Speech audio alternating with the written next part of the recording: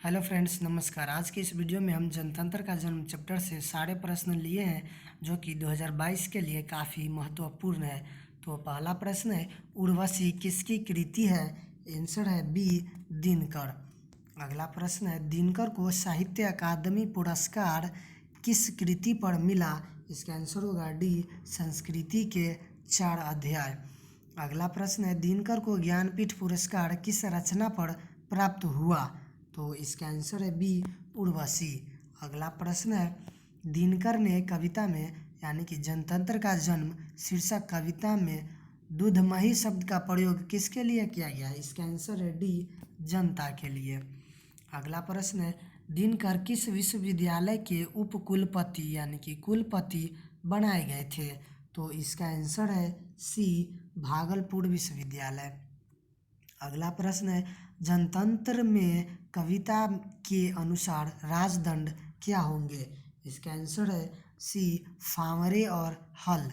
अगला प्रश्न है, कवि के अनुसार जनतंत्र के देवता कौन है? इसका आंसर है सी, किसान मजदूर। भारत सरकार ने दिनकर को कौन सा अलंकरण प्रदान किया? इसका आंसर है डी, पद्म विभूषण। अगला प्रश्न है, दिनकर की प्रमुख काव्य कृति है? इसका आंसर है डी, इनमें से सभी यानी कि रेणुका, रसवंती, कुरुक्षेत्र। अगला प्रश्न है, दिनकर की गद्य कृति है? इसका आंसर है डी, इनमें से सभी यानी कि अर्धनारीश्वर, दिनकर की डायरी, वट पीपल। अगला प्रश्न है, दिनकर जी के पिता का नाम क्या था? इसका आंसर ए, रवि सिंह। अगला प्रश्न, दिनकर ने अपनी पढ़ाई कहाँ तक की? इसका आंसर है बी, BA ऑनर्स। अगला प्रश्न है, दिनकर किस कॉलेज के हिंदी विभागाध्यक्ष के रूप में रहे? इसका आंसर है बी, लंगट सिंह कॉलेज, भागलपुर। अगला प्रश्न है, किसे सिंहासन खाली करने की बात कही गई है? इसका आंसर है सी, ए और बी दोनों यानी कि राजतंत्र को और सामंतवाद को। अगला प्रश्न है, दिनकर जी का निधन कब हुआ? इसका आंसर है डी, 24 अप्रैल 1974। जनतंत्र का जन्म के कवि कौन है? तो इसका आंसर है ए, रामधारी सिंह दिनकर। अगला प्रश्न है, दिनकर का जन्म कब हुआ? तो इसका आंसर है बी, 23 सितंबर 1908। दिनकर का जन्म कहाँ हुआ? तो इसका आंसर है डी, सिमरिया, बेगूसराय। अगला प्रश्न है, इनकी प्रारंभिक शिक्षा कहाँ से हुई थी? तो इसका आंसर है सी, गांव से। अगला प्रश्न है, दिनकर की किस रचना में कर्ण को नायक बनाया गया है? तो इसका आंसर है बी, रश्मिरथी। अगला प्रश्न है, मिट्टी की ओर कृति है? इसका आंसर है बी, गद्य। अगला प्रश्न है, मिट्टी की अबोध मूर्तें कौन है? इसका आंसर है बी, जनता। अगला प्रश्न है, दिनकर जी के माता का नाम क्या था? इसका आंसर है सी, मनरूप देवी। अगला प्रश्न है, कवि के अनुसार देवता कहाँ मिलेंगे? इसका आंसर है सी, खेतों में।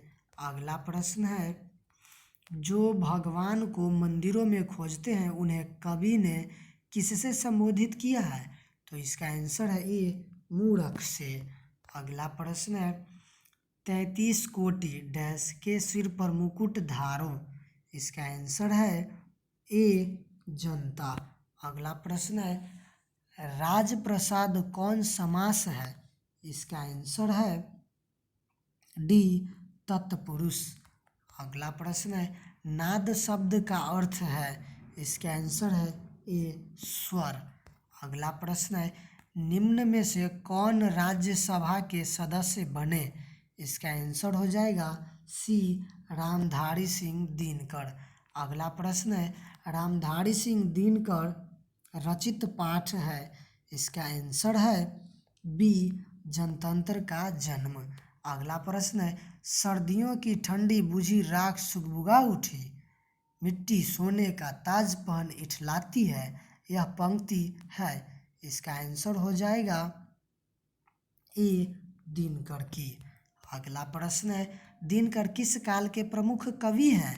इसका आंसर है डी उत्तर छायावाद। अगला प्रश्न है, दिनकर 33। अगला प्रश्न 33, किसके हुंकारों से महलों की नींव उखड़ जाती है? इसका आंसर होगा डी जनता। अगला प्रश्न है, दिनकर जी कवि के साथ साथ हैं, तो इसका आंसर होगा बी गद्यकार भी थे। अगला प्रश्न है, रामधारी सिंह दिनकर कहाँ के रहने वाले थे? तो इसका प्रश्न है डी बिहार के। अगला प्रश्न है प्रश्न नंबर 36 और इस चैप्टर से लास्ट प्रश्न है। तो सर्दियों की ठंडी बुझी राख सुगबुगा उठी, मिट्टी सोने का ताज पहन इठलाती है, डैश किस कविता से पंक्ति है, किस कविता की पंक्ति है? तो इसका आंसर है डी जनतंत्र का जन्म।